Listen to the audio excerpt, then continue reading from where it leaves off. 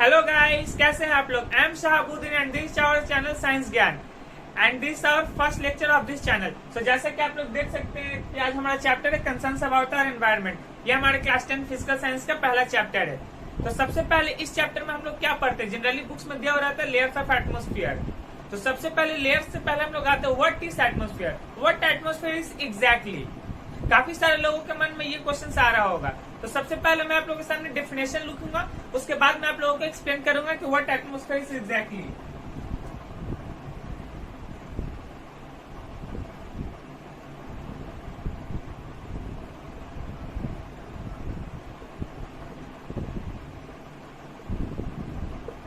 So here is our first question, what is atmosphere? So it is basically a gaseous layer surrounding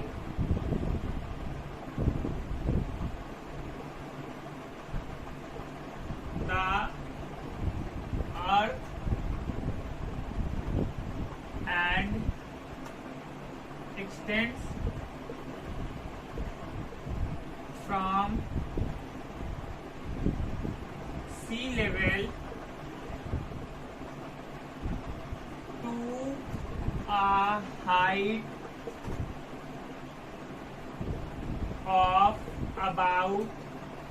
to a height of about 1600 kilometre.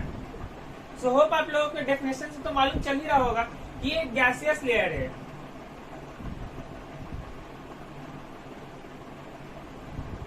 The gaseous layer surrounding the earth and extends from sea level to a height of about 1600 kilometre. So basically guys ये एक gaseous layer है जो कि अर्थ का surface say that is के from sea level. हम लोग ideal calculation के लिए हम लोग सी लेवल को ऐसा बेस यूज करते हैं। ये आप लोगों ने ज्योग्राफी में पढ़ रखा होगा, इसलिए यहाँ पर भी हम लोग ये लिख रहे हैं the gaseous layer surrounding the earth surface and extend from sea level. That is sea level से स्काई में 1600 किलोमीटर की ऊंचाई तक एक गैसियस लेयर फैला हुआ है चारों तरफ, और उस गैसियस लेयर को हम लोग बेसिकली एटमोस्फियर बोलते हैं।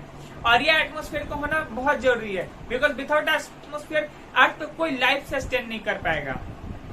होप आप लोगों को ये एटमोस्फियर क्लियर होगा। तो आइए हम लोग लिखते हैं अपना नेक्स्ट टॉपिक।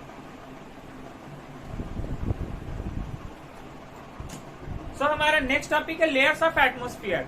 बेसिकली आप लोगों ने ये पढ़ रखा होगा कि what are the 5 different layers of atmosphere. So basically this are 5 layers, namely troposphere, stratosphere, mesosphere, thermosphere and exosphere. आप लोगों को भी इस 5 लेयर को इसी प्रकार सीरियली याद रखना होगा, और ये मैं आगे बताऊंगा कि क्यों सीरियली याद रखना होगा। ओके, सबसे पहले अपना क्वेश्चंस लिखते हैं what are the layers of atmosphere. उसके बाद आप लोगों को मैं एक्सप्लेन करता हूँ what are the different layers of atmosphere, question mark, explain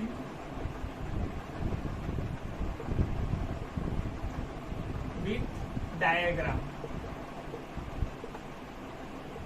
generally आप लोगों के एग्जाम में इसी टाइप के क्वेश्चन आते हैं, what are the different layers of atmosphere, explain with diagram. तो आप लोगों को 5 लेयर को एक्सप्लेन करना होगा with suitable diagram. And don't worry, आप लोगों को 5 एक्सप्लेन करना है। ये देखकर ये मत सोचिए कि काफी लेंथी आंसर होगा। मैं आप लोग को इतना इजी आंसर लिखाऊंगा कि आप लोग अभी तुरंत ये वीडियो देखते देखते याद होगा। सो क्या नहीं रब दिस क्वेश्चन। अच्छा ठीक है, इसके यहाँ इंटैक्ट रखते हैं। यहाँ से मैं लिखना शुरू करता हूँ।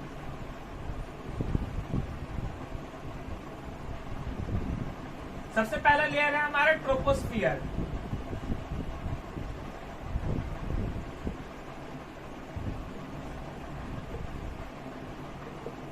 एज यूजुअल गैस, मैंने आप लोगों को पहले ही बोला, पहले मैं आप लोगों के सामने बोर्ड पर लिखूंगा फिर एक्सप्लेन करूंगा ताकि आप लोगों को प्रॉपर अंडरस्टैंडिंग बनेगा। It extends from sea level to a height of about 10 kilometre. So इसके डिस्क्रिप्शन से तो मालूम चल ही रहा होगा कि it extends from sea level, that is sea level से to a height of about 10 kilometre, that is sea level से स्काई तक का 10 किलोमीटर में ये फैला हुआ है। तो बेसिकली हम लोग भी जिस लेयर में रहते हैं वो ट्रोपोस्फियर है, एंड इस लेयर में काफी सारा टर्बुलेंस होता है, जैसे कि लाइटनिंग, रेन, स्टॉर्म, साइक्लोन, ये सब। तो मैं ये क्वेश्चन भी आप लोग को लिखा हूँ क्योंकि आप लोग के एग्जाम्स में ऐसे क्वेश्चंस भी आते हैं। सो जनरली ये है हमारा ट्रोपोस्फियर। हमारा अगला है पॉइंट है stratosphere.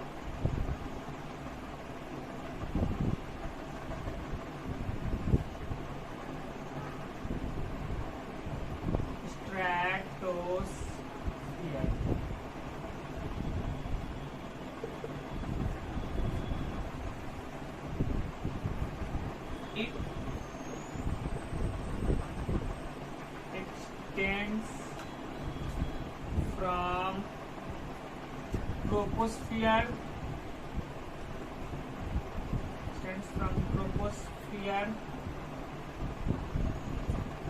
to a height of about 45 kilometer. So basically guys, it extends from troposphere to a height of about 45 kilometer. So basically stratosphere शुरू कहाँ से होता है? जहां पर ट्रोपोस्फियर खत्म होता है, that is it extends from troposphere to a height of about 45 kilometer. जहां से ट्रोपोस्फियर खत्म होता है वहां से लेके 45 किलोमीटर की हाइट तक फैला हुआ है ये, इसलिए लिखा हुआ है it extends from troposphere to a height of about 45 kilometre. Okay, so hope आप लोगों को ये क्लियर रहा होगा। एंड डोंट वरी, मैं आप लोगों को जितना भी लिखवा रहा हूँ इसके प्रॉपर नोट्स आप लोगों को पीडीएफ के फॉर्म में मैं अपने जी ड्राइव पर अपलोड कर दूंगा और उसका लिंक आपने डिस्क्रिप्शन बॉक्स में दे दूंगा, आप लोग वहां से इजिली डाउनलोड कर सकते हैं। सो मैं ये दो रब कर रहा हूँ और मैं अगला पॉइंट लिखा रहा हूँ और क्वेश्चन भी रब कर रहा हूँ।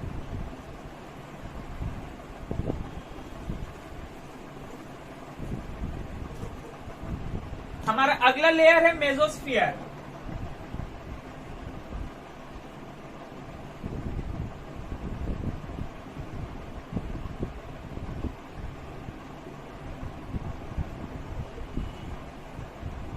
So basically guys, it extends from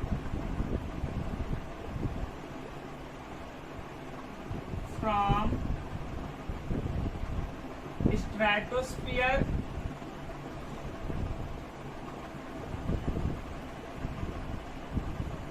to a height of about 85 kilometre.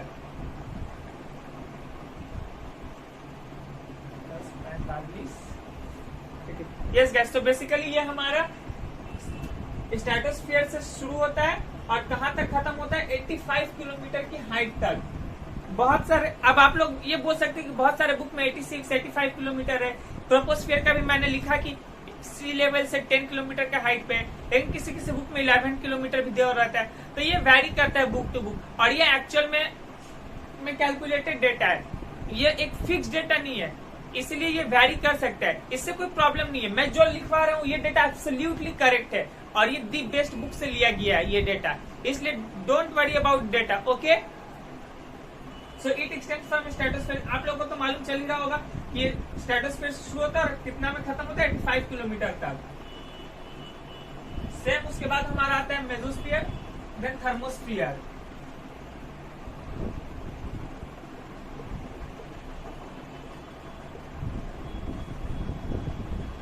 Yes guys, अब आप लोग, मुझे लग रहा है कि आप लोग इसका आंसर करने का कोशिश कर रहे होंगे।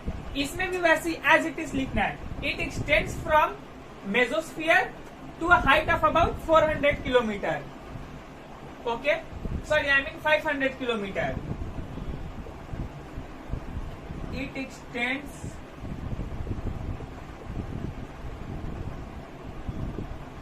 from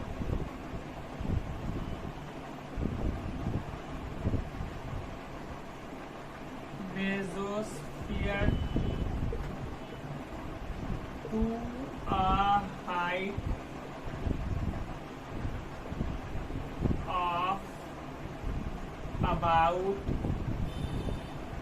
it extends from mesosphere to a height of about 500 kilometre. So basically हमारी ये लेयर जो है ये मेसोस्फीयर से फैला हुआ है और कहां तक ये 500 किलोमीटर तक। ओके, होप आप लोगों को ये क्लियर होगा। सो अब हमारा लास्ट लेयर है एक्सोस्फीयर। सो मैं इन दोनों को रब कर रहा हूं। अब आप लोगों को काफी सारे लोगों को मन में ये क्वेश्चन आ रहा होगा कि क्या ऐसा लिखना एग्जाम में फुल मार्क्स मिलेगा? जैसे मैं लिख रहा हूँ it extends from sea level to height of 10 kilometre, it extends from troposphere to height of about 45 kilometre. आप लोगों को ये लग रहा होगा ना कि सारे आंसर सिमिलर लग रहे हैं सुनने में, बट डोंट वरी, ये हिस्ट्री, ज्योग्राफी, इंग्लिश वगैरह नहीं है, ये फिजिकल साइंस है। एंड यहाँ पर सिर्फ आपको लॉजिकल आंसर लिखना है, एक जैसा सेंटेंस हो, नो प्रॉब्लम, टीचर आपको फुल मार्क्स देगा। तो हमारा फिफ्थ लेयर है exosphere.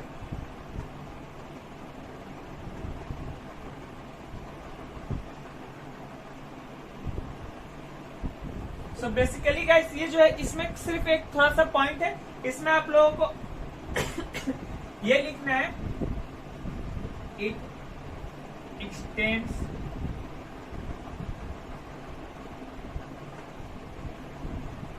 From 500 kilometre to a height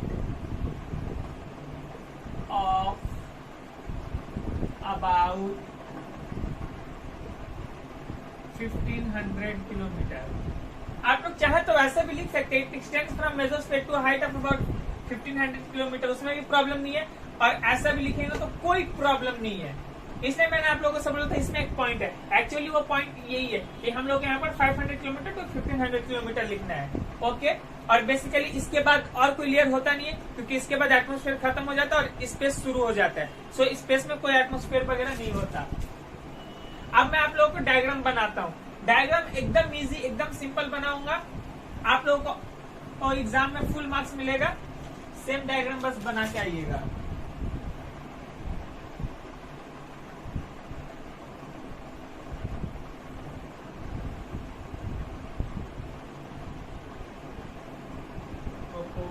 Stratos, mesos, tropos, stratos, mesos, thermos, एक्सोस।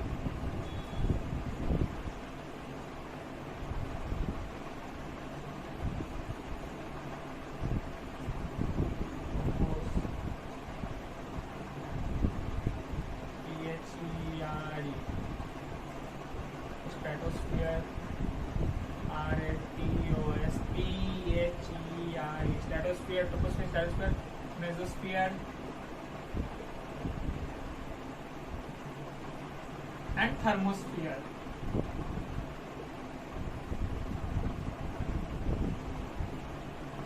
So basically मैं आप लोगों को यही 5 लेयर्स पढ़ाया था। सो यहाँ पर गाइस आप लोगों को 0 किलोमीटर लिख देना है, या फिर आप लोग चाहे तो यहाँ पर सी लेवल भी लिख सकते हैं। ये आप लोगों का कंप्लीट चॉइस है। सो मैं बेसिकली यहाँ पर 0 लिखना ज्यादा प्रीफर करूंगा। मैंने क्या पढ़ा था, ट्रोपोस्फीयर सी लेवल से 10 किलोमीटर का हाइट पर फैला हुआ है। सो 10 किलोमीटर। सो बेसिकली ये लोअर लिमिट है, ये इसका मैक्सिमम लिमिट है। और मैंने आप लोगों को क्या बोला था, स्ट्रेटोस्फीयर ट्रोपोस्फीयर से लेके 45 किलोमीटर तक फैला हुआ है। ओके, मेसोस्फीयर क्या डेफिनेशन था, it extends from stratosphere to height of about 35 kilometre. Thermosphere में मैंने क्या पढ़ाया था, it extends from mesosphere to height of about 500 kilometre.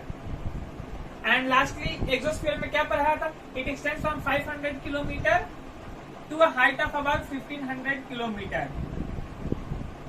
So basically this are our 5 layers of atmosphere. And आप लोग के एग्जाम में जनरली ऐसे ही क्वेश्चंस आते हैं।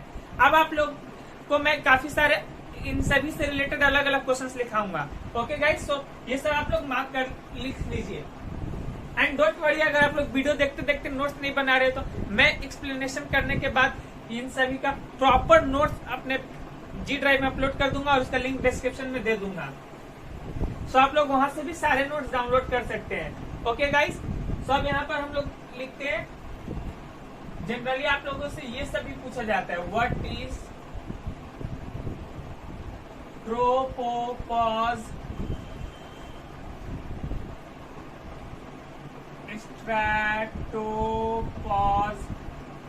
What is tropopause, stratopause, mesopause, thermopause.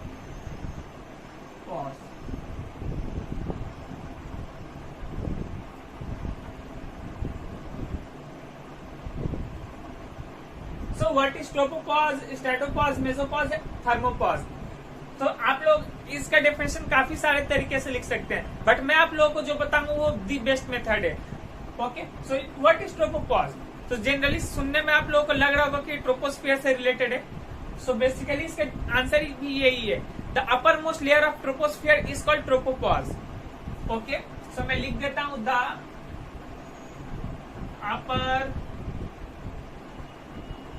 Most layer of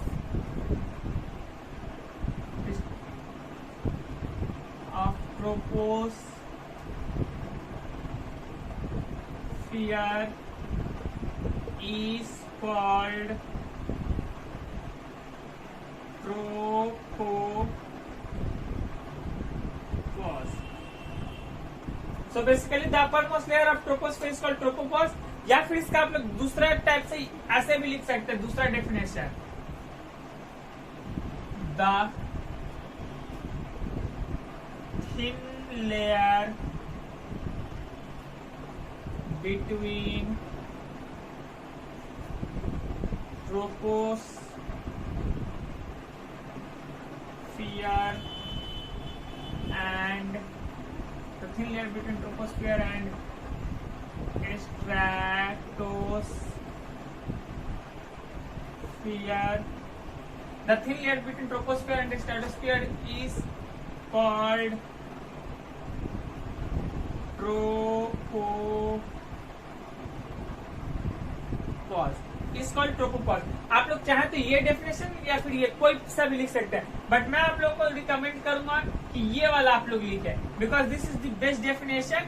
and आप लोगों को अगर सपोज 2 मार्क्स में आ जाता है तो आप लोग इतना सब तो नहीं लिख सकते, थोड़ा एक्सटेंड करना होगा, तो ये वाला बेस्ट है. इसी तरीके से जिस तरीके से मैंने ट्रोपोपॉज का लिखा, the thin layer between troposphere and stratosphere is called tropopause, वैसे ही बाकी सारे का भी होगा. स्ट्रेटोस्फियर का क्या होगा? द थिन लेयर बिटवीन, यहाँ पर बस एक एस जुड़ जाएगा, between stratosphere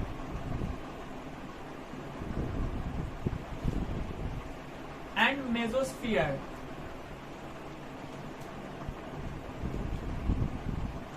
The thin layer between stratosphere and mesosphere is called stratopause.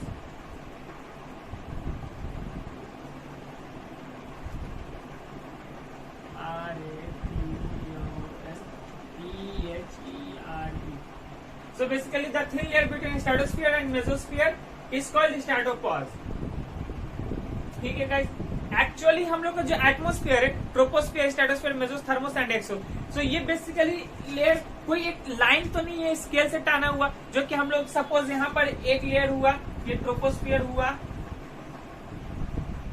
यहाँ पर स्ट्रेटोस हुआ. सो ये बेसिकली एक लाइन तो नहीं टाना हुआ, ये एक्चुअली में लेयर ऑफ एटमोस्फियर है. सो ये खत्म होते होते तब जाके खत्म होगा, फिर स्ट्रेटोस शुरू होगा. ऐसे ही नहीं कि एक मूवमेंट पर पर्टिकुलर यहाँ पर ट्रोपोस खत्म हुआ और एग्जैक्ट इसका यहाँ से स्ट्रेटोस शुरू हो गया. इसीलिए guys the thin layer between troposphere, between stratosphere and mesosphere is called stratopause. ठीक उसी तरीके से अगर आप लोग मेसोपॉज का देखिएगा तो ये जैसे कि मैं सोच पा रहा हूँ, आप लोगों में से काफी लोग अभी तक इसका आंसर सोच चुके हैं और आई थिंक वो लोग बोल भी चुके होंगे.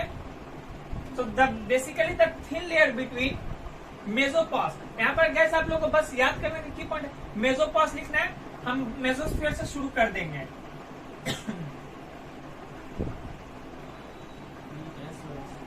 बस और कुछ नहीं. The thin layer between mesosphere and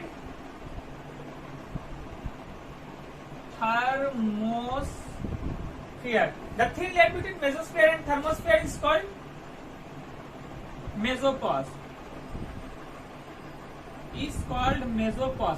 बस ऐसा ही, और कुछ नहीं। ठीक उसी तरीके से आप लोगों को थर्मोस्फीयर में भी करना है। थर्मोपॉज, थर्मोपॉज जैसे कि आप लोगों को नाम से सुनने में आ रहा है, बस थर्मोपॉज आप लोगों को लिख देना the thin layer between thermopause and उसका upper layer that is exosphere. The thin layer between thermosphere and exosphere is called थर्मोपॉज।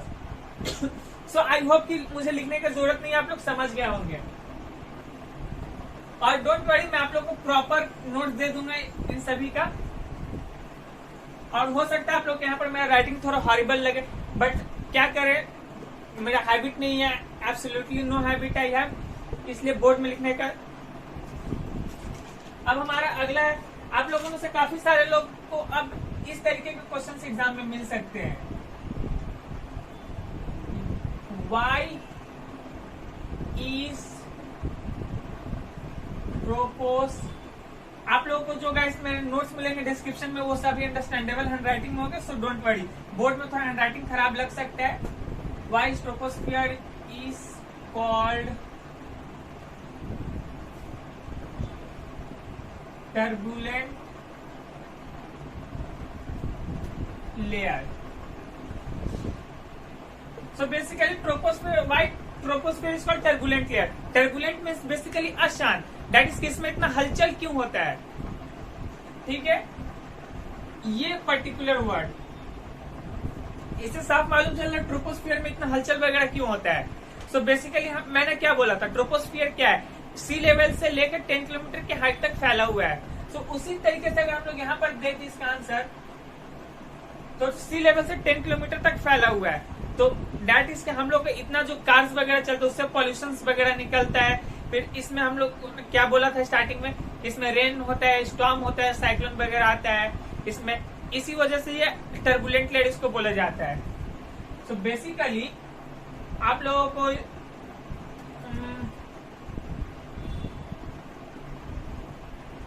This layer contains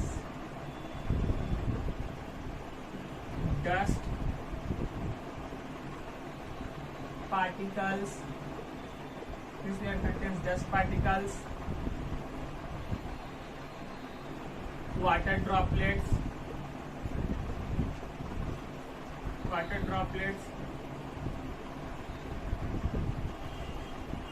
etc. So basically this layer contains dust particles, जो कि as usual है dust particles, क्योंकि मैंने आप लोगों को बोला कि इसमें हम लोग भी रहते हैं, तो इतना सारा कार्स वगैरह उससे पॉल्यूशन निकलता है, फैक्ट्री का चिमनी से पॉल्यूशन वगैरह निकलता है, तो डस्ट पार्टिकल्स जा ही सकते हैं। This layer contains dust particles, water droplets etcetera. The natural phenomena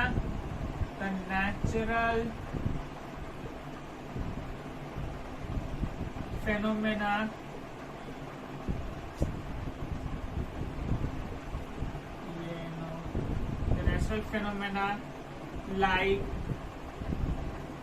storm, rain, cyclone,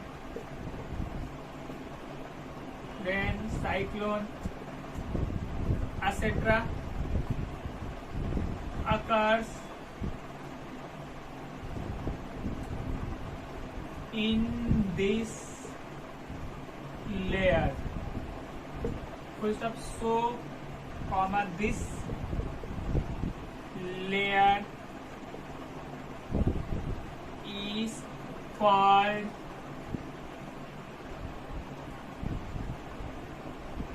turbulent layer. So आप लोग को डेफिनेशन से क्लियर अंडरस्टैंडिंग बन रहा होगा। मैंने एकदम सिंपल इंग्लिश में लिखा है, this layer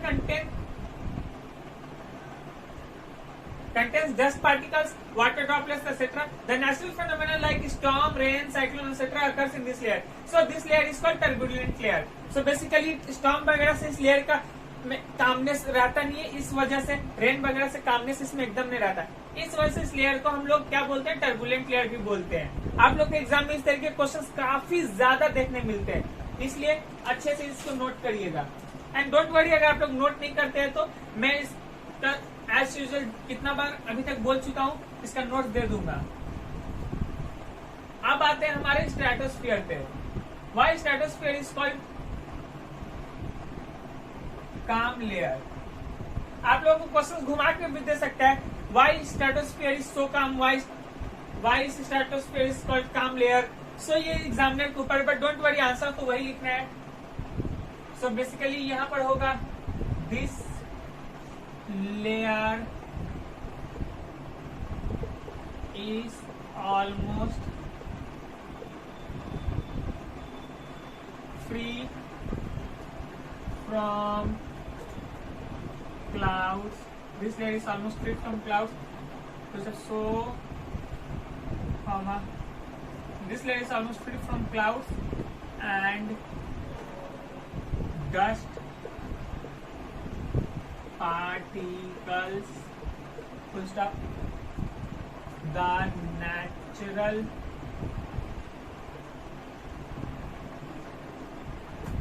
phenomena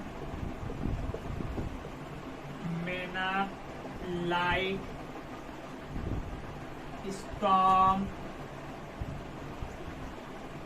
rain, cyclone, etc. did not takes place in this layer. Full stop. So, this layer. So, this layer is called calm layer. So basically मैंने आप लोगों को अभी तक जो एक्सप्लेन किया वही है। This layer is almost free from cloud, क्योंकि मैंने आप लोगों को बोला कि स्ट्रेटोस्फीयर कहां शुरू होता है, जहां पर ट्रोपोस खत्म होता है, दैट इज के 10 किलोमीटर से लेकर 45 किलोमीटर के हाइट तक। So this layer is almost free from cloud and dust particles. The natural phenomena like storm, rain, cyclone, etc. did not take place in this layer. So this layer is called calm layer. Obvious सा बात है, अगर यहाँ पर कुछ natural phenomena नहीं होगा, like यहाँ पर स्टॉर्म नहीं आएगा, साइक्लोन नहीं आएगा, रेन नहीं होगा, क्लाउड्स नहीं रहेगा, ये एकदम कंप्लीट क्लियर स्काई, तो डेफिनेटली हम लोगों को यहाँ पर कामनेस देखने मिलेगा।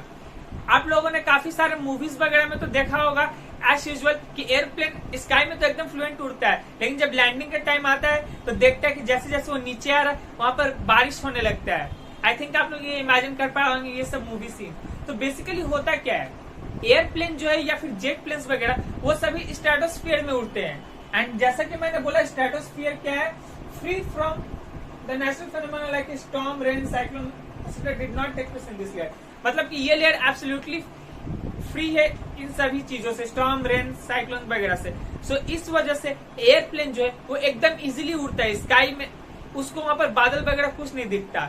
आप लोग मूवी में भी देखे होंगे एयरप्लेन जहां उड़ता है उसका नीचे काफी बादल वगैरह रहता है, इसीलिए क्योंकि एयरप्लेन स्ट्रेटोस में उड़ता है। लेकिन जैसे वो लैंडिंग का टाइम आता है, जैसे जैसे वो ऐसे नीचे आता है तो वो ट्रोपोस्फियर में एंट्री करता है स्ट्रेटोस्फियर से।